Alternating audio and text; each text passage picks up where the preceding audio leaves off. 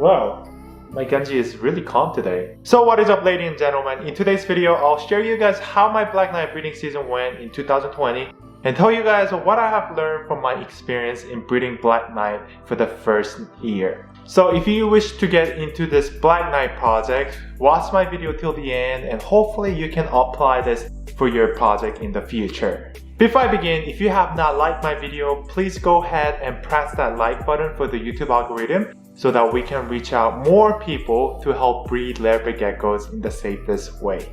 And for those who may not know what the Black Knight is, this is Ganji and he is the black color leopard gecko and this is called the Black Knight. You see him right there? He's super adorable. I think he just finished the shed, but anyway, without further ado, let's get into it.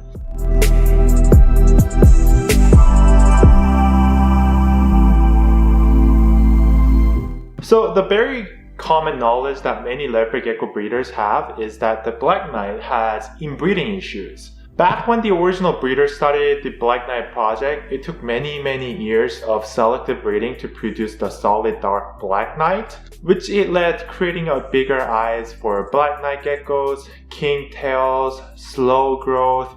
It doesn't always happen to everyone, but if you start solid breeding and use the same male for your new hatchlings, you will start to see the fertility rate slowly go down. So from my knowledge, I knew bringing from same breeder would not be a great idea, so I started each of my Black Knight from 3 different breeders in the US just to diversify the Black Knight line as much as possible. Now after I crossbreed these geckos, what do you think the result was for me in 2020? Yes, it was a successful for me. None of my eggs died while I was incubating and I only had 2 kink tails from my very last clutch mate. And main reason why it happened was because when I think about it, I opened the incubator way too often and it most likely has led to the result. You know, when you're breeding, finding a new hatchling is always fun, and I remember I knew it was my last clutch mate for that 2020 year. So I did keep my eyes on the eggs very often, which I think I pretty much opened the incubator maybe like 2-3 times a day. It was not a good idea to check on them every day, but well, it has happened already and there's no turning back for me. So I simply took this as a life lesson and I would never do this again for this year projects, which it has not been working so well for me because it's really tempting when I have eggs in the incubator, you know. I always wanted to see those eggs hatch. So I don't know if it's just me, but finding new hatchling in the incubator every morning is like an addicting thing. And it feels like a Christmas gift during these time of the year.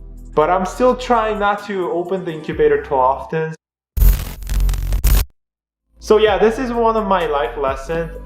Open the incubator when you think you need to ventilate the air and don't open it until there is a good reason to open the incubator, because every time when you open the door, the incubator temperature suddenly drops and it could cause some damage to your egg. So just try not to open it unless you have a really good excuse or need to ventilate the air. Wow, my Genji is really calm today. He normally doesn't like to sit on my shoulder, but I guess he likes my shoulder today. But anyway, now majority of my hatchlings were not solid dark like their parents, which he is a dad of many of my hatchlings for Black Knights this year. Now majority of my hatchlings were not solid dark like their parents, which I'm still figuring what the reason was, but I'm still happy with the result. And I brought in new Black Knight male from the Black Knight founder in Europe. So I'm going to be pairing him to my new hatchling for this year in 2021, and basically I'm assuming it will turn out really well for this year as well, since I'm always trying to diversify the Black Knight bloods. So I always try to diversify my lines, and this is one of a quick tip for you guys as well. So males and females are always from different breeders, so different parents, different family groups. So when I'm crossing them, although Black Knight itself is kind of too much inbred, but by diversifying a little bit will help producing a healthy egg. So at least they're not coming directly from their clutch mates or very close family group. which I think this will be super safe for newborn Hassans. And it was successful last year, so I'm going to keep doing things that works for me. Now, some may have different ways of breeding their geckos, but as long as it's working for you or working for me, I'll consistently do it the same way I used to, because I definitely don't want to risk too many things when it comes to live animals.